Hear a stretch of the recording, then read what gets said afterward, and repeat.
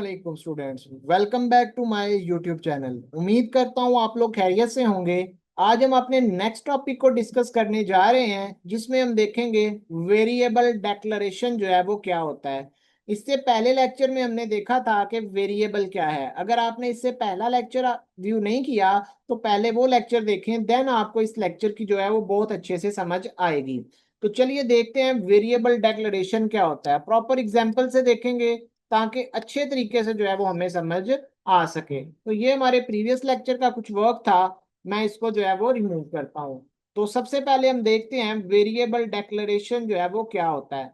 हमें पता है कि जब हम वेरिएबल बनाते हैं तो हम पहले उसकी डाटा टाइप लिखते हैं और बाद में हम उसका जो है वो नाम लिखते हैं। तो ये जो चीज है जिसमें हम डाटा टाइप लिखें और वेरिएबल का नाम लिखें, दो चीजें वेरिएबल डेक्लरेशन के अंदर आपके पास हमेशा दो चीजें आएंगी। एक उसकी डाटा टाइप होगी और दूसरा उसके उसका नाम होगा या आइडेंटिफायर होगा, जिसको हम वेरिएबल डेक्लरेशन का नाम देंगे। ये पूरी लाइन जो है वो वेरिएबल डेक्लरेशन बनेगी। ठीक है, हम एक से ज्यादा वेरिएबल भी जो है वो डिक्लेयर कर सकते हैं। लेट्स सपोज कॉमा लगा के सेपरेटेड बाय कॉमा।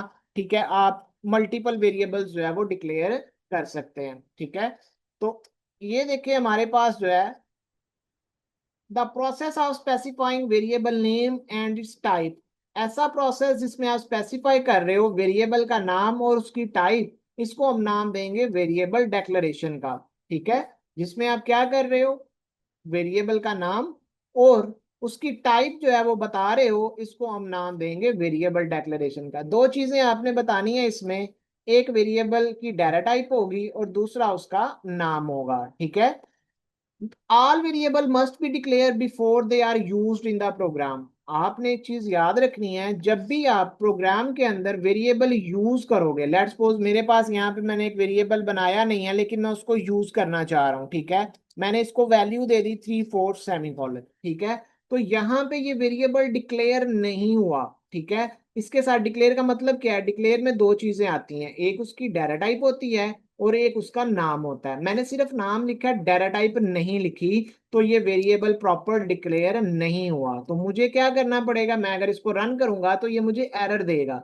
ठीक है, तो आपको वेरिएबल को यूज करने से पहले क्या करना है, उसको डिक्लेयर करना है। बहुत बच्चे इस तरह की मिस्टेक्स जो है वो करते हैं, वेरिएबल तो लिख देते हैं लेकिन उसको डिक्लेयर, उसकी डाटा टाइप नहीं बताते। जब तक उसकी डाटा टाइप नहीं बताई जाएगी वो आपको एरर शो करेगा। ठीक है, तो अब आपका वेरिएबल जो है वो प्रॉपरली क्रिएट हो चुका हुआ है, क्योंकि आपने उसकी डाटा टाइप बताई है और फिर आपने उसका नाम बताया। ठीक है, तो आपका वेरिएबल जो है वो प्रॉपरली क्या हो चुका हुआ है, डिक्लेयर हो चुका हुआ है। आप एक से ज्यादा मल्टीपल वेरिएबल्स भी आप जो है वो एक लाइन पे बना सकते हो। A program can have many variable as needed। जितने वेरिएबल आपको प्रोग्राम के अंदर चाहिए होंगे वो आपको प्रॉब्लम स्टेटमेंट पढ़ के पता चल जाएगा कि आपने कितने वेरिएबल्स जो है वो बनाने हैं। द वेरिएबल डेक्लेरेशन जो है वो इंफॉर्मेशन होती है कंपाइलर को कि भाई आप किस टाइप का वेरिएबल जो है वो बना रहे हो। ठीक है, इंट वेरिएबल जो होता है वो रिक्वायर करता है 2 बाइट्स मेमोरी के अंदर, ये आपके कंपाइलर का काम है। और जो करेक्टर होता है वो मेमोरी के अंदर 1 बाइट जो है वो लेता है। ठीक है, इसको लिखने का तरीका क्या है, इसको लिखने का तरीका ये है कि आप डाटा टाइप लिखते हो फिर आप वेरिएबल का नाम लिखते हो। ठीक है, ये पहले 2-3 पॉइंट्स कर लें और इसका सिंटैक्स कर लें तो आपका ये शॉर्ट क्वेश्चन जो है वो क्लियर हो जाएगा। वंस अ वेरिएबल डिक्लेयर, जब आप एक वेरिएबल को डिक्लेयर कर देते हो, it's data type can not be change during program execution. अब इस लाइन का क्या मतलब है, लेट्स सपोज मैंने क्यू डब्ल्यू एक वेरिएबल बनाया इंट टाइप का।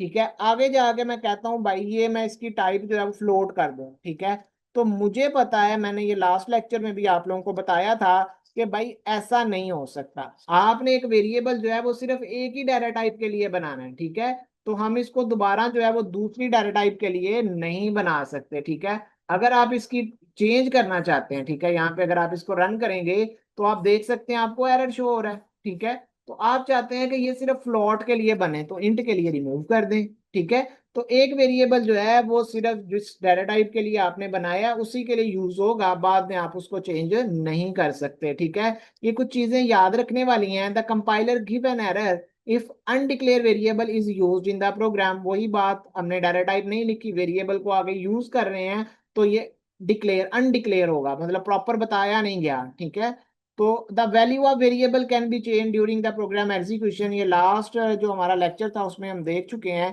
कि किस तरह से हमारे वेरिएबल की जो वैल्यू होती है during the execution of program जो है वो चेंज होती है। उसके बाद इसने कुछ एग्जांपल दी हुई हैं डेक्लेरेशन की, उसमें इंट लेंथ है, इंट पहले डाटा टाइप बताई गई है, फिर जो है वो उसका नाम बताया गया, इंट विड्थ बताई गई है, इंट लेंथ और विड्थ बताई गई है, इंट मार्क्स बताया गया, फ्लोट एवरेज बताया गया। मतलब पहले डाटा टाइप और फिर आपने उन वेरिएबल्स के नाम लिखने हैं, लास्ट पे सेमी कॉलन लगाना है।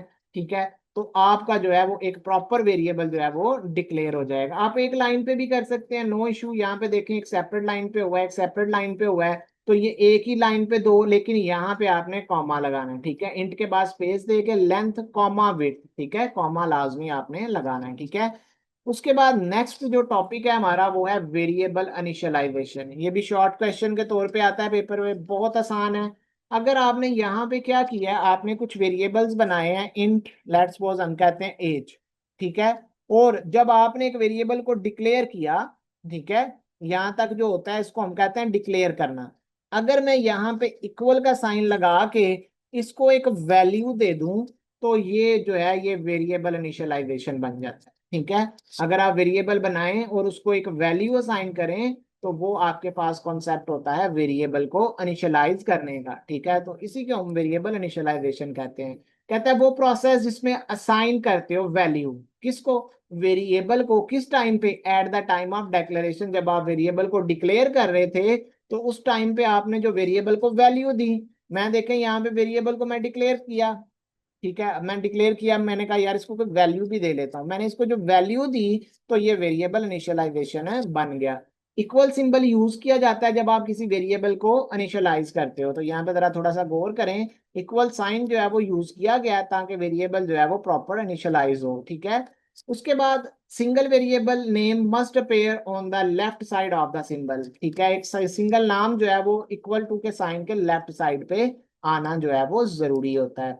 उसके बाद एक यहाँ पे बड़ा इंपॉर्टेंट शॉर्ट क्वेश्चन है, गार्बेज वैल्यू क्या होती है। गार्बेज वैल्यू क्या होती है, अगर आपने एक वेरिएबल जो है वो डिक्लेयर कर दिया है, ठीक है, अब उस वेरिएबल को आप क्या कर रहे हो, उस वेरिएबल को आप प्रिंट कर रहे हो। ठीक है, उसकी वैल्यू जो है वो आप प्रिंट करवाना चाह रहे हो। ठीक है, तो यहाँ पे जो वैल्यू आपके पास आएगी वो गार्बेज होगी। गार्बेज से मुराद क्या है, ऐसी वैल्यू जो हमारा कंपाइलर जो है वो खुद से दे देता है। ठीक है, मीनिंगलेस वैल्यू होती है, हमारे काम की नहीं होती। गार्बेज नाम से ही पता चल रहा है, कूड़ा करकट, ऐसी चीज जो किसी काम की नहीं है। ठीक है, अब जब आप इसको रन करेंगे तो यहाँ पे आप देख सकते हैं कोई ऐसी वैल्यू आ गई है जो मैंने तो नहीं दी हुई, लेकिन कंपाइलर ने खुद से उठा के इसको कोई वैल्यू जो है वो असाइन कर दी हुई है। ठीक है, वो 32007 है। अब मैंने नहीं दी, कंपाइलर खुद से इसको कोई वैल्यू असाइन कर देगा, तो इसको हम नाम देंगे गार्बेज वैल्यू। और ये बहुत ही गलत तरीका होता है। जब आप वेरिएबल बनाओ तो अगर आपने उसको कोई भी वैल्यू नहीं देनी तो एटलीस्ट जीरो दे दो। जीरो का फायदा ये होगा कि आपका रिजल्ट जो है वो गलत नहीं आएगा। ठीक है, जब आप इसको अब रन करेंगे तो आपको पता है भाई इसमें जीरो पड़ा होगा। ठीक है, तो जब आपको किसी वैल्यू का पता हो, आप उसमें कोई एक्सप्रेशन आप जमा नफी कर रहे हैं, तो आपको पता है भाई मेरे पास ये वैल्यू है, इसमें से जमा हो रहा है, इसमें से जरब हो रहा है। लेकिन अगर आप ये काम नहीं करते, आप ऐसे ही छोड़ देंगे, तो ये गार्बेज वैल्यू होती है। और आपका कंपाइलर जो मर्जी वैल्यू देखे, हर दफा चेंज हो रही है, हर दफा चेंज हो गई है वैल्यू। क्यों? क्योंकि आपके कंपाइलर जो है वो कोई भी वैल्यू जो है वो इस वेरिएबल को दे सकता है। मेमोरी में वेरिएबल जो है वो कभी किसी जगह पे पॉइंट कर रहा है, कभी किसी जगह पे पॉइंट कर रहा है, तो वो गार्बेज वैल्यू जो है वो आपके पास जो है वो आ जाएगी। ठीक है, तो प्रॉपर आप वैल्यू जब किसी वेरिएबल को दे देंगे तो फिर वो मसला जो है वो नहीं होगा। आपका वेरिएबल जो है वो प्रॉपर एक वैल्यू को जो है वो यूज करता हुआ आगे जाएगा। देखिए वैल्यू चेंज हो रही है। ठीक है, तो यही चीज है, if a variable declare but not initialize, उसको कोई वैल्यू नहीं दी गई, तो ये मीनिंगलेस डाटा होगा। Produce unexpected result in some computation, क्योंकि आपको पता ही नहीं है, आपके कंपाइलर ने उस वेरिएबल के अंदर जो है वो एक वैल्यू रख दी। लेट्स सपोज मैं इसको थोड़ा सा एक्सप्लेन कर देता हूँ। आपने यहाँ पे एक वेरिएबल बनाया जी, इंट एक्स। ठीक है, और एक्स में आपने कर दिया एज +20। अब मुझे पता ही नहीं है कि एज के अंदर क्या पड़ा हुआ है, और वो उसमें 20 ऐड कर देगा, तो अनएक्सपेक्टेड होगा। ठीक है, जब आप यहाँ पे एक्स की वैल्यू जो है वो प्रिंट करवाना चाहेंगे, तो मुझे नहीं पता उसमें वो क्या वैल्यू होगी, उसमें 20 ऐड होगा तो मेरे पास एक्स की वैल्यू आ जाएगी। अब मुझे नहीं पता क्यों, एज के अंदर आई डोंट नो क्या है। अगर मैं यहाँ पे कर दूं 10, ठीक है, तो 10 जो है मुझे पता है 10 और 20 जमा होंगे तो यहाँ पे एक्स की वैल्यू जो हो जाएगी वो 30 हो जाएगी। लेट्स गो चेक करते हैं। तो ये देखें आपके पास एक्स की वैल्यू जो है वो क्या हो गई है, 30 हो गई है। ठीक है बेटे, समझ आ गई आपको। All variable should be initialize to avoid this problem. आप गार्बेज वैल्यू से बच जाएंगे जब आप हर वेरिएबल को इनिशियलाइज करेंगे। इसको लिखने का तरीका क्या है, डाटा टाइप लिखें, वेरिएबल का नाम लिखें, उसको वैल्यू असाइन कर दें। ठीक है, डाटा टाइप लिखें, वेरिएबल का नाम लिखें, उसको वैल्यू असाइन कर दें। इसको नाम दिया जाता है वेरिएबल इनिशियलाइजेशन का। तो आज का हमारा टॉपिक जो है वो यहीं तक जो है वो एंड अप होता है। अगर आपको किसी चीज की समझ नहीं आई तो आप कमेंट में पूछ सकते हैं। चैनल को सब्सक्राइब करें, वीडियो को लाइक करें, अपने फ्रेंड्स के साथ शेयर करें। ओके, अल्लाह हाफिज।